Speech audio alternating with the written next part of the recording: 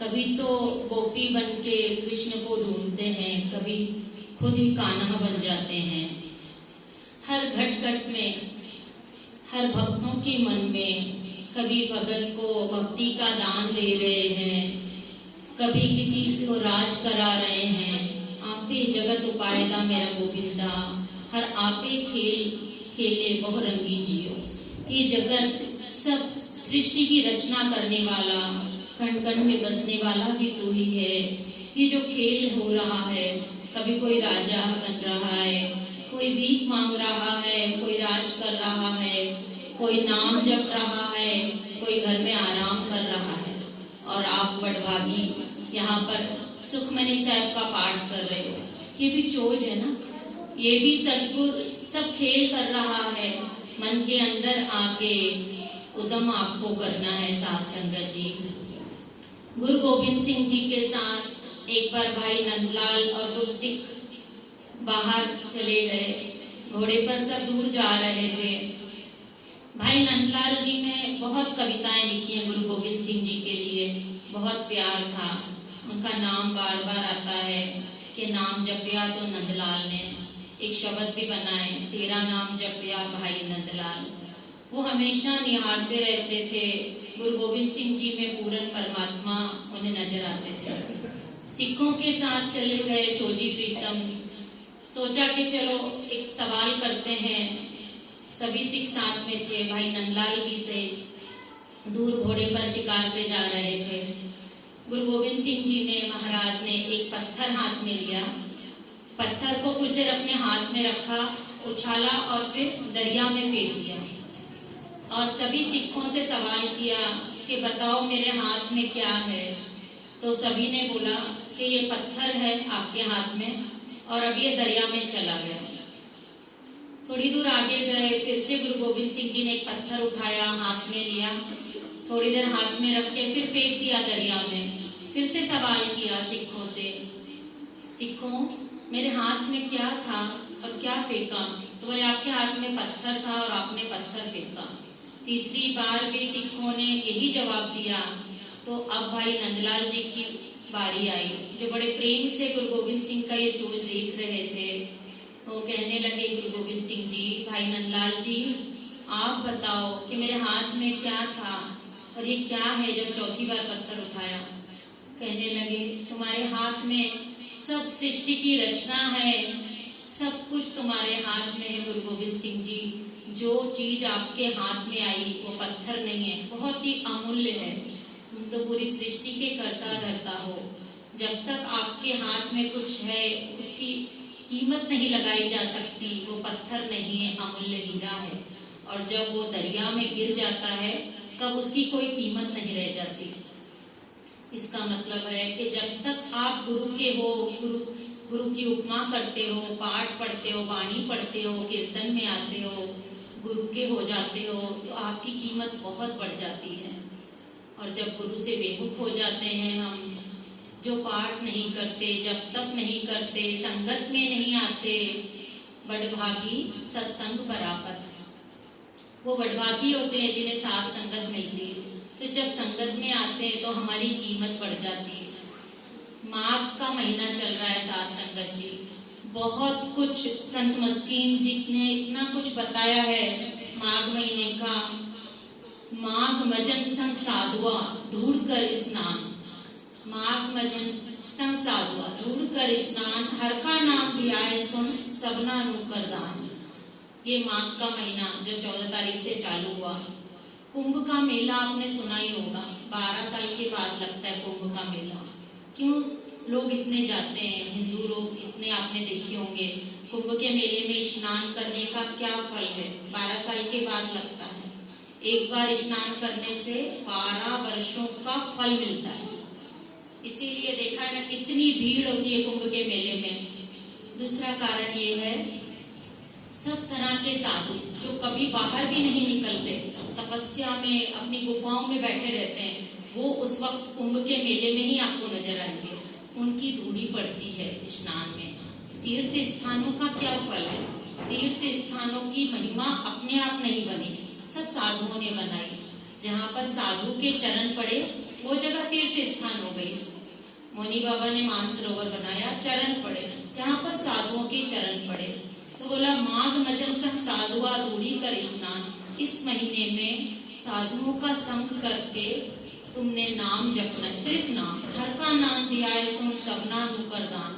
हर का नाम ध्याना है, पाठ करना है। जितने भी बाबा सुखदेव सिंह ने कल बताया, बच्चों वालों ने, जितने भी जप तप हैं इस महीने में आप डबल कर दो।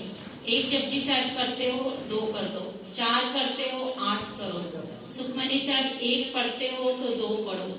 जितना भी आपका जप तप है एक महीने में आप जितना करोगे, बाबा नंद सिंह जी के वचन है कि इस माघ के महीने में जो भी जप तप हम करते हैं पूरे 12 महीने का फल मिलता है। तो आपको अगर एक ही महीने में 12 महीने का फल चाहिए तो इस महीने में जितना हो सके जप तप करना है, पाठ पूजा करनी है, स्नान करके पाठ पूजा करके दान करना है। और घर बैठे हर का नाम ध्याय सुन सबना नुकर दान, ये सब भी मिल जाता है सच्चे साधु की संगत में आने से, नाम जपने वाले की संगत में आने से। ये जप तप 68 तीर्थ स्थानों का फल सब कुछ आपको बैठे बिठाए मिल जाता है जब आप संगत में आते हो।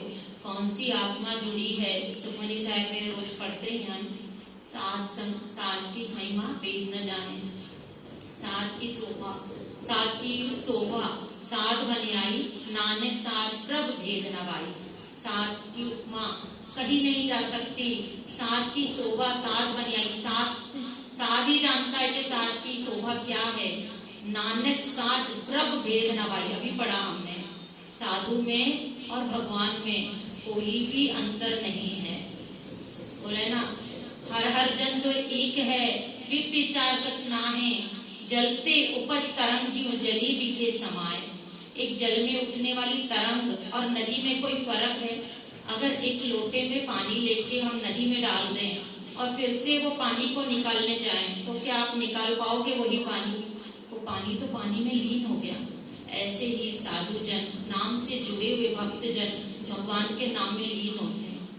तो संगत में आने से, जुड़े हो की संगत करने से हमें भी वो फल, बैठे बिठाए वो फल हमें मिल जाता है। जन्म कर्म मल उतरे मनते जाए गुमान। जो मन में गुमान भरा होता है, जो मन में काम क्रोध लोभ मोह की तृष्णा अगन जल रही है, वो इस महीने में जप तप करने से सब उतर जाती है।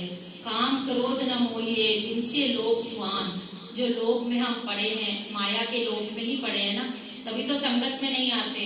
बार बार सोचते हैं 4 से 5 संडे का एक दिन रखा है, उसमें भी कितना तर्क वितर्क होता है, कितना कुछ होता है संगत में। आज ये काम है, आज वो काम है। बाबा जी कहते हैं तेरे सारे काम मैं आप संभालूंगा जब तू दिल लगा के, मन लगा के संगत में नाम जपेगा। जब एक बार तू नाम से जुड़ जाएगा तो फिर तेरी सारी फिक्र सब कुछ गुरु नानक को सौंप दे। अंतर्जामी पुरख विधाते श्रद्धा मन की पूरे, नानक दास यही सुख मांगे मुख कर संतन की दूरे। गुरु अर्जन देव जी महाराज कहते हैं, रोज कीर्तन स्वेला पढ़ते हैं ना, कि मुझको सिर्फ संतन की धूल चाहिए, संतन की धूल से ही मैं करने वाला हूँ। जोड़ों में बैठकर लोग सेवा करते हैं, क्यों करते हैं? संगत की धूली, संगत की चरण धूल लेने के लिए करते हैं। 68 तीर्थ सगल पुण्य जी दया परवान। जो 68 तीर्थों का पुण्य है, जी को दया बोलते हैं ना, कि किसी बेजुबान पे दया करने का बहुत पुण्य है। तेरे को 68 तीर्थ स्थानों का, जी पे दया करने का पुण्य सब कुछ इस महीने में मिल जाएगा, सिर्फ इस महीने में जप तप करने से। सच्चे मार्ग चल दिया उस्तत करे जहान।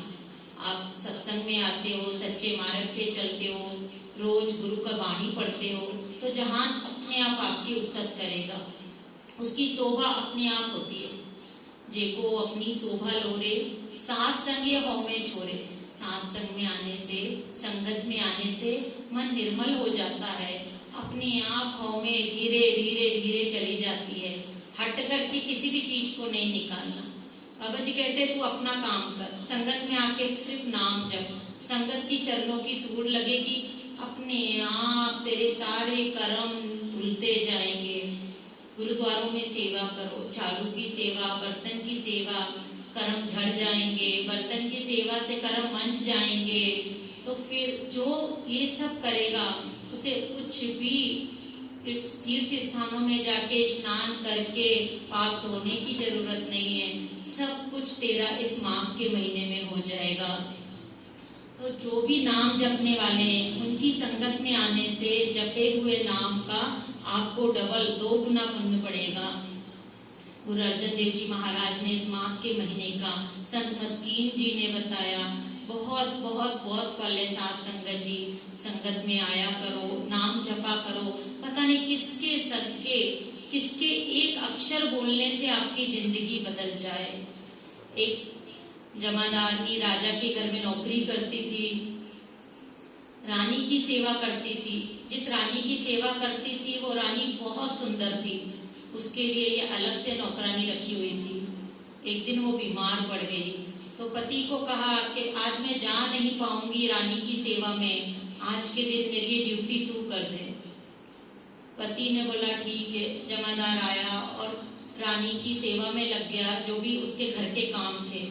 अचानक रानी सामने से बाहर आई। जब वो सामने आई तो वो जमादार उसे देखता ही रह गया। इतना सुंदर रूप भगवान ने दिया था कि वो मोहित हो गया उस पे। उसे कोई सुध नहीं रही कि मैं कौन हूँ, इस घर के नौकरी के लिए आया था, काम करने के लिए आया था। उस रानी के रूप पर इतना मोहित हो गया कि घर आके न खाना न पीना, 4 दिन तक उसके नजरों के सामने से रानी का रूप ही नहीं जा रहा। घरवाली परेशान हो गई कि क्या बात है। पतिव्रता नारी थी कि स्वामी कोई तो बात है जो आप छुपा रहे हो, मुझे बताओ। तो वो बहुत शर्मिंदा तो था पर बता दिया पत्नी को। इतना पूछा तो कहने लगा मैं इस वजह से बीमार हो गया हूँ, उस रानी के रूप में इतना मोहित हो गया हूँ कि मुझे कुछ भी सुझाई नहीं दे रहा कि मैं क्या करूँ। मैं कैसे भी उससे मिलना चाहता हूँ, उससे बात करना चाहता हूँ। जमादारनी बेचारी क्या करती, थक कर पति की सेवा के लिए पति के हुक्म में चलती थी। अपनी रानी को जाके सब कुछ बताया, हाथ जोड़कर माफी मांगी और बोला अब आप, रानी बहुत तपस्वी थी, बोले आप कुछ तो निकालो, इसका सॉल्यूशन निकालो, इसका कुछ ये निकालना पड़ेगा कि मेरा जमादार जो पति है वो इस तरह से पागल हो गया है कि उसे कुछ भी सुध नहीं रही आपको देखने के बाद। तो रानी जानती थी, अंदर से सब समझ गई। कहने लगी मेरा एक संदेशा उसे दे देना कि कल से एक चोला पहन ले, भगवा वस्त्र पहन के नदी किनारे जाके राम नाम का जप तप करे। इतना राम नाम का जप तप करे, भले वो पेट भर ले सवेरे ही और दिखाए कि मैंने कुछ नहीं खाया, और भले झूठा ही जप तप करे पर ऐसा लगना चाहिए कि वो तपस्वी बन गया है।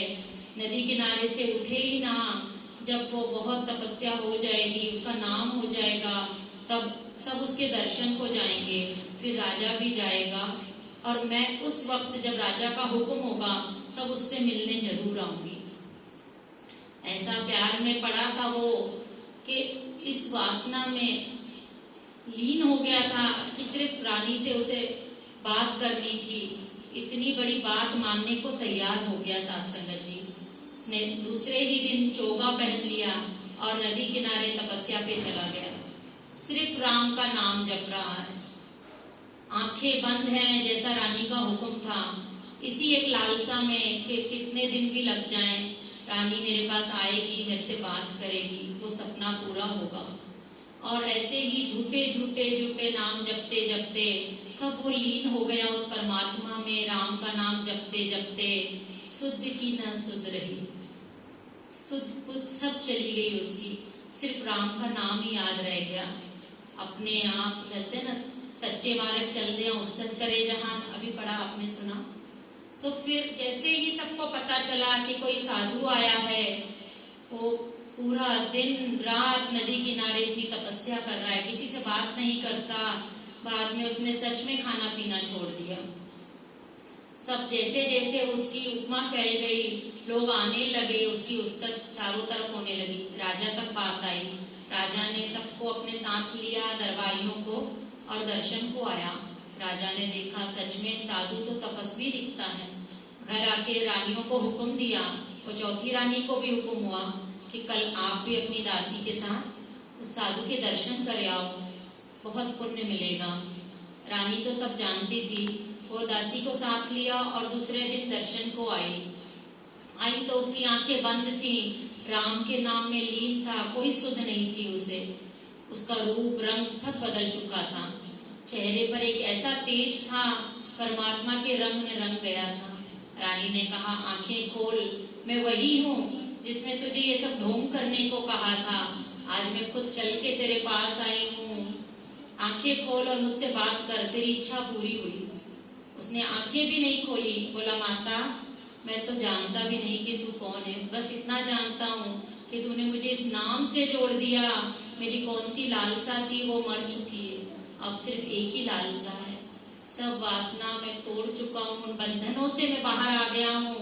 मैं तेरे पैर छूता हूँ, नतमस्तक होता हूँ कि तूने मुझे इस नाम वाणी से जोड़ दिया, उस परमात्मा में लीन करा दिया।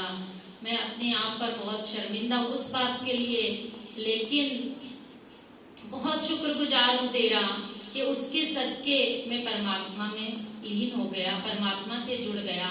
अब मुझे कुछ नहीं चाहिए, कोई इच्छा ही नहीं रही। इच्छा से रहित हो जाता है जो परमात्मा में लीन होता है।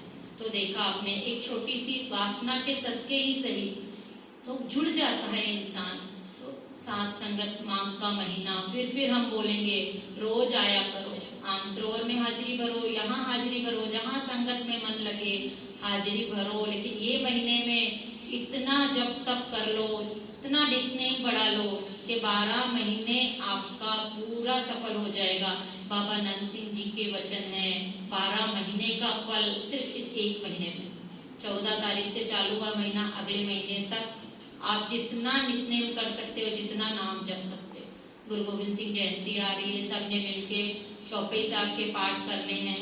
आगे जो भी प्रोग्राम होगा आपको सब मैसेज आ जाएगा, ग्रुप में मैसेज आता है, पर्सनल मैसेज आता है, फोन कॉल आते हैं। इतना गुरु आपको ये उद्यम बख्शता है आने के लिए, फिर आप क्यों रुक जाते हो? रोज आया करो और हर एतवार को आज जिसने जिसने हाजिरी भरी गिन लिया करो, जितनी संगत आई है उतने सुखमनी साहब का फल एक हफ्ते में आपको एक पाठ करने से मिलता है। संगत में बाबा जी का वचन है, जितना संगत में नाम जपोगे सबको टोटल जितने पाठ होते हैं उसका एक एक को फल मिलता है। तो सोचो संगत का कितना फल है। तो रोज आया करो, हाजिरी भरा करो, इसी तरह जुड़े रहो। मन्ना भाई साहब 10 मिनट वाहिगुरु सिमरन लगाएंगे, फिर समाप्ति।